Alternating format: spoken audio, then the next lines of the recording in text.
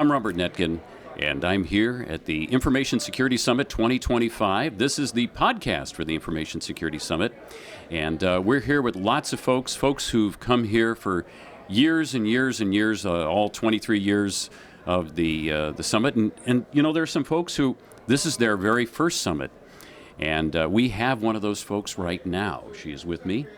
She is Andrea Schwarz with the Imuma. Yeah. I really butchered that one. The Imua. And I'm going to let Andrea explain that one since I absolutely flubbed that pronunciation. Welcome to the Information Security Summit podcast, Andrea. Thank you, Robert, for having me. This is my first time here and also my first time in Ohio. And I do live in Hawaii, and that's a Hawaiian name. You live in Hawaii, yes. And I hear an accent that doesn't sound like Hawaii there. The accent is from Germany. Wunderbar. You know German? No, I don't. I know one or two words. My wife's mother's from Germany, but, you know, anyway. So how do you come to cybersecurity? And you're here at the Information Security Summit, your first time. I'm sure Gary Sheehan will be pleased to hear that. Gary is lovely, yes. Yeah, Gary is, of course, the originator of the Information Security Summit.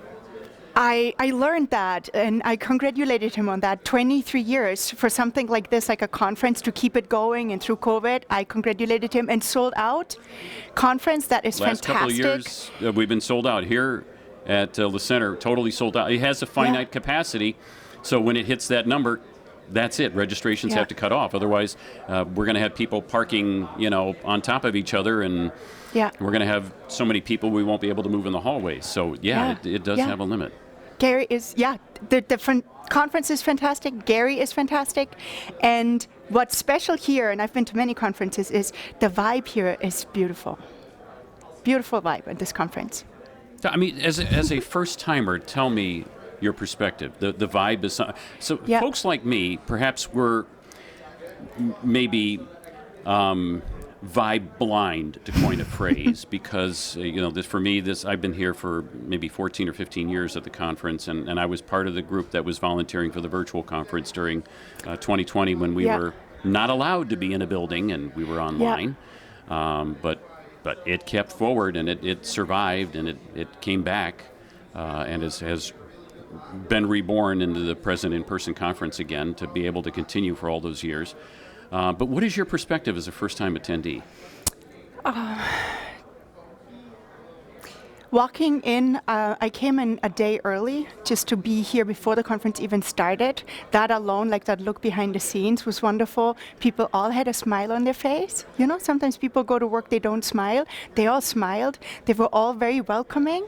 So it was just a wonderful welcome even behind the scenes.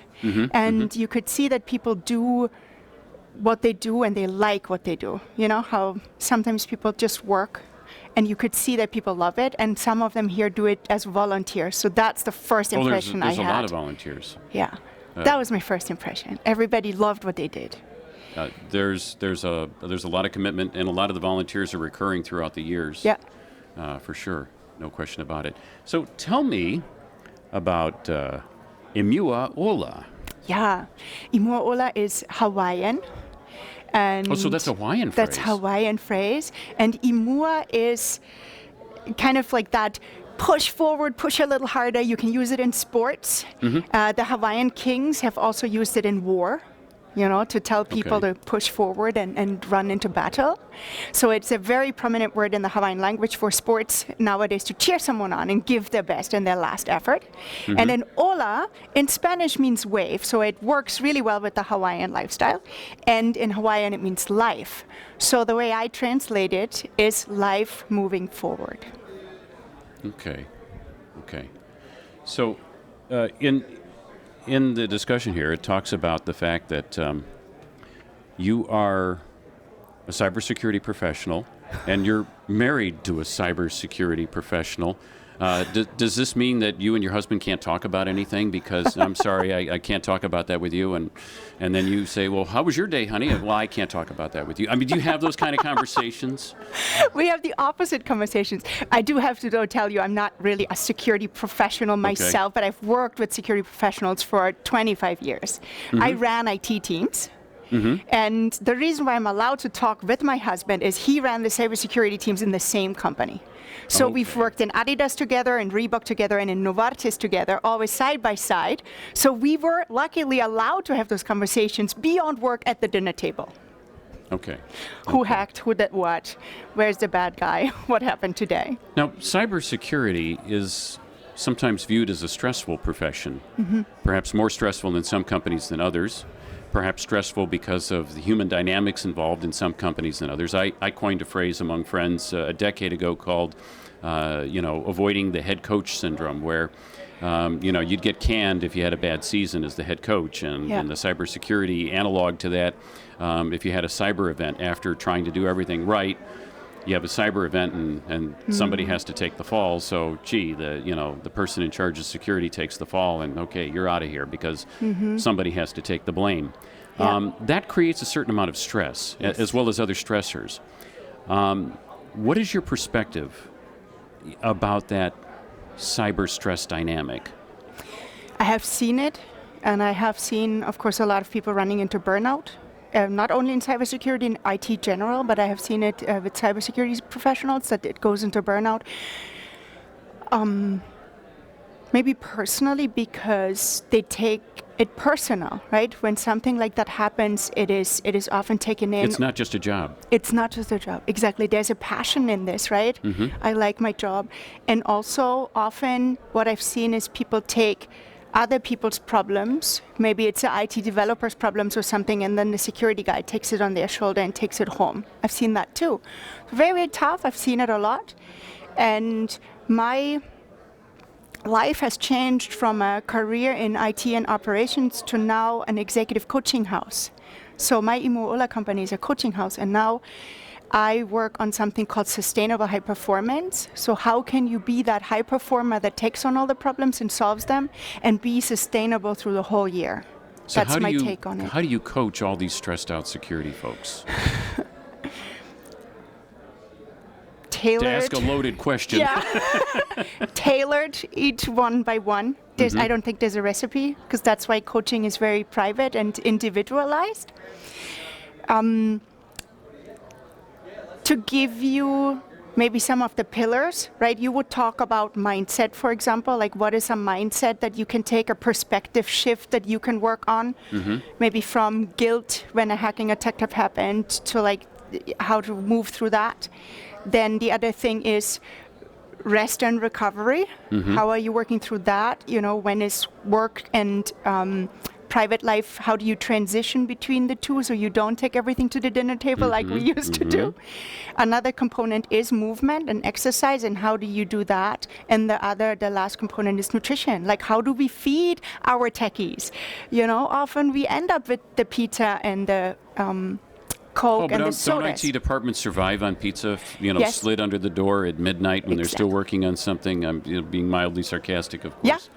Yeah. But, it does seem a lot of late nights were fueled by, pizza and fast food of other sorts. Certainly I bought my share of pizzas in my previous role as an IT director, for coworkers working late on a night. So how do you add to that? Yeah. Give them the pizza and just add, I don't know, dark chocolate to it. German chocolate. Swiss chocolate, maybe. Yeah. But no, seriously, I mean that's true. There's a lot of components to that, and coaching is not just necessarily on the emotion of the stress and the burnout, but there's other facets of it. I know a lot of security professionals find themselves banging their head against the wall, trying to communicate the necessities and their message that they're trying to relay of risks that are being presented to the organization that they get, that they understand, but the people that they need to communicate those risks to, they don't get it. Yeah. And they find themselves challenged. In your coaching role, do you find yourself trying to help that security professional or IT professional charged with security how to communicate to those executives that risk and the need for security. Yeah, And what do you tell them? Yeah, I'm going to play with your words real quick here, Robert. I'm not just trying to help them, I'm actually helping them. Even better. Yes. So what we do often is, maybe let me go back to defining a nerd, right, or defining us as professionals in that world. We know a lot and we care a lot. And that caring makes us so passionate in getting that message across, right? And there's more to that message, right? There's me, who I am in this message, and why am I so passionate, and why do I care? But then there's also the they and our audience, like, why do you care? Why should you even care about what I have to say? And then the third component is the message itself. How are you getting that message across? So we work on those three elements. All three.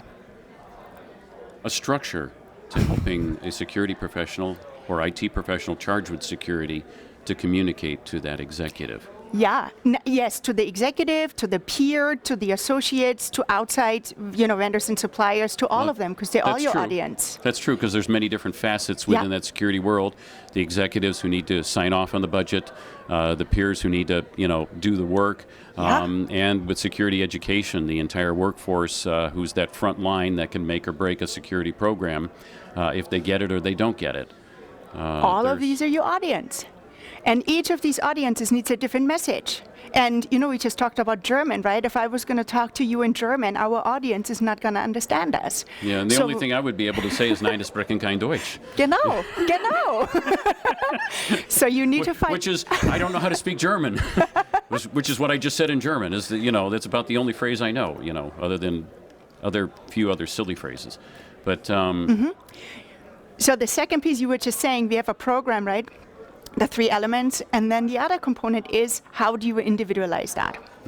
You might have a different language or a different body posture or a different way to dress than I do, and I love all of my clients and all my security professionals to step into their authentic roles and their authentic presence. And that's combined of all of that. Like, how do you speak? How do you gesture, how do you dress, what language do you speak, have you done your homework about your audience, and the audience is all different. So it comes from the three components, but it gets very tailored.